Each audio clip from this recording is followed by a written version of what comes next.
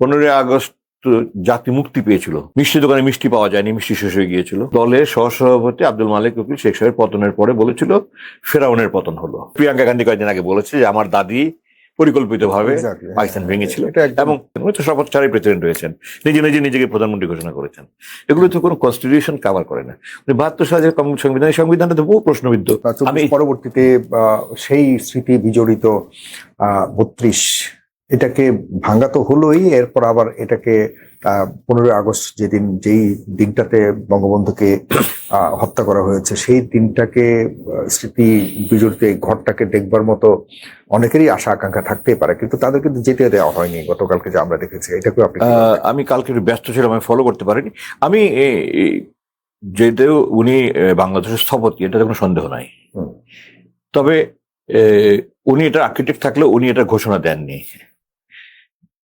কিন্তু ওনার মতো একজন নেতা, উনি সেই সময় উনি আন্দোলনের নেতৃত্ব দিয়েছেন, এটা তো অস্বীকার করার কোনো উপায় নেই। সেই হিসাবে 32 নম্বরটা ভাঙ্গাটা আমার কাছে সঠিক মনে হয়নি। এবং 32 নম্বরে যদি মানুষ যেতে গিয়ে বাধার সম্মুখীন হয়, এখানে দুটা দিক আছে। একটা হলো তো এটা একটা নিষিদ্ধ দল, তো সুতরাং নিষিদ্ধ দল তো তাদেরকে যেখানে দলের সাথে 32-এর কি সম্পর্ক?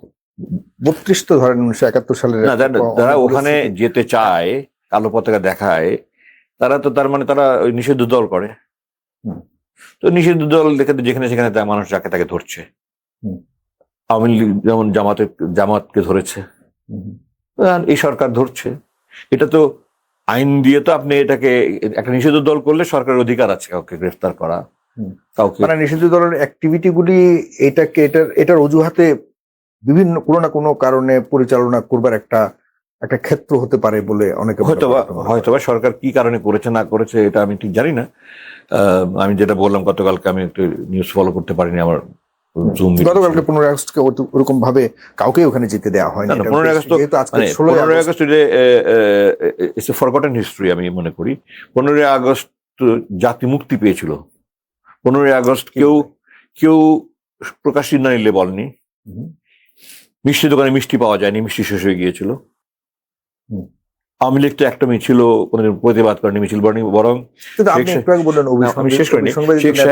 শেখ সাহেব 1975 সালে জানুয়ারি মাসে যখন সংবিধান সংশোধন করে একদলীয় শাসন কায়েম করলেন, বাকশাল 4টা পত্রিকা ওনার পন্থী ছাড়া সব বাতিল করে দিলেন, সমস্ত রাজনীতি নিষিদ্ধ করে দিলেন। সেই দলের সহসভাপতি আব্দুল মালিক উকিল শেখ সাহেবের পতনের পরে বলেছিল ফেরাউনের পতন হলো। উনি সেইভাবেই শাসন করেছেন। উনি সমস্ত মানে রক্ষী বাহিনী তৈরি করেছিলেন, আপনি নিশ্চয়ই জানেন এটা। রক্ষী বাহিনী তৈরি করেছিল ভারতের প্রেসক্রিপশনে, কারণ 1971 সালের যেই তথাকথিত মুক্তি চুক্তি, আপনি সত্যগুলি জানেন, আমাদের দেশের মানুষ জানে না, জানতে দেওয়া হয় না এগুলো। অক্টোবর 71 সালে ভারতের সাথে বাংলাদেশে একটা মৈত্রী চুক্তি হয়েছিল।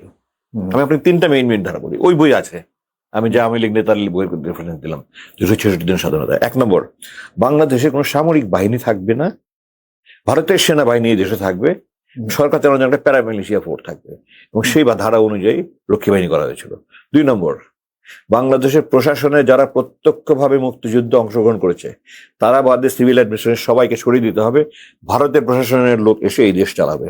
আপনি জরিপ করে দেখেন, খবর নিয়ে দেখেন, প্রশাসনের 1/4 লোকও মুক্তিযুদ্ধে প্রত্যক্ষভাবে অংশগ্রহণ করেনি, কারণ আরামায় এসেছিল। বুদ্ধিজীবী হত্যা 14 তারিখে ডিসেম্বর, তারা তো পাকিস্তান সরকারের অধীনে চাকরি করেছে, প্রশাসনে যারা হচ্ছে তারা চাকরি করেছে। 3য়, এই দেশের প্রতিরক্ষা এবং পররাষ্ট্র মন্ত্রণালয় ভারতের অধীনে থাকবে। এটা কোন স্বাধীন দেশের চুক্তি? কিন্তু গোলামীর চুক্তি। যারা এই গোলামীর চুক্তি তারা মির্জাফর, তাদেরকে বাংলাদেশ পন্থী কি করে বলি? এই চুক্তিগুলো হলো ভারতের অঙ্গরাজ্যগুলোর জন্য এই শর্ত। ভারতে যে সমস্ত রাজ্যগুলো আছে, রাজ্যগুলোর জন্য তাদের কোনো নিজস্ব মিলিটারি নাই। কিন্তু এটাতে তো সহমত থাকেননি বঙ্গবন্ধু। হ্যাঁ, আমি এটা বলেছি আমার সাক্ষাৎকারে। আমি শেখ সাহেবকে একজন সাধুবাদ জানাই, উনি সেনাবাহিনী বিলুপ্ত করেননি।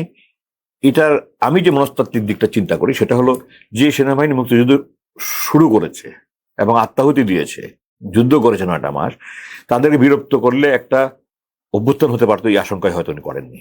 এটা আমার মূল্যায়ন। তিনি তো পাশাপাশি তিনি ইন্দিরা গান্ধীকে বলেছে যে আপনার সেনাদেরকে, হ্যাঁ, তারপরে 27শে মার্চ পর্যন্ত কিন্তু 72-এর সেনাবাহিনী এখানে ছিল। শেখ সাহেব অনুরোধে নিয়ে গেছে। শেখ সাহেব বাংলাদেশ মিলিটারি একাডেমি তৈরি করেছেন, যেখানে অফিসারদের ট্রেনিং হয়। আমি ওনাকে জন্য সাধুবাদ জানাই। কিন্তু আবার রক্ষী বাহিনী যে উনি যে 3 বছর যেভাবে দেশের মানুষকে নির্যাতন করেছে, হাজার হাজার মানুষ নির্যাতন, আমি রক্ষী বাহিনীর অত্যাচারের শিকার হয়েছি। আমি আমার মামার এসএসসি পরীক্ষা আমার মামার বাড়ি গাইবান্ধে বাড়িতে গিয়েছিলাম 16 ডিসেম্বর 1974 সালে আমাকে রক্ষী বাহিনী নির্যাতন করেছে ধরে নিয়ে ক্যাম্পে নিয়ে। তো সাধারণ মানুষকে তারা যেভাবে লাল বাহিনী বলতো এবং ছাত্রলীগ এবং রক্ষী বাহিনীর সমন্বিত হয়ে যেভাবে তখন মানুষের উপর নির্যাতন করেছে, দুর্ভিক্ষ হয়েছে দেশের ইতিহাসে একমাত্র দুর্ভিক্ষ ওই আমলে হয়েছে।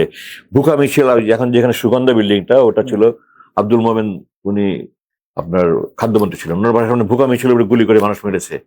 একটা ত্রাসের রাজত্ব ছিল ওই সময়।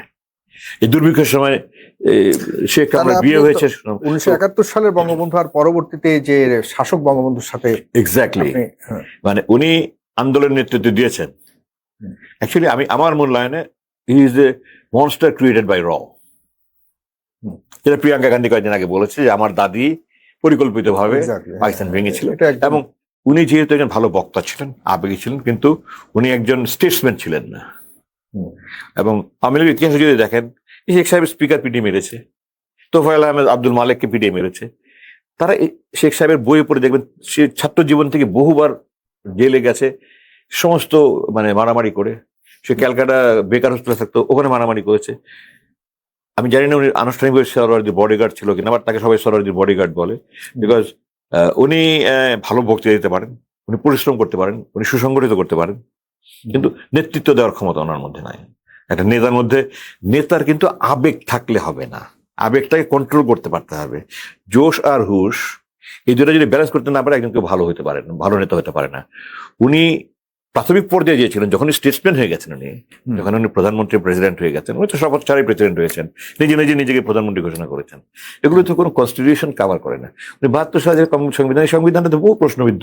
এই যে 70 অনুচ্ছেদ ফ্লোর ক্রসিং করা যাবে না, এটা মানবাধিকারের পরিপন্থী।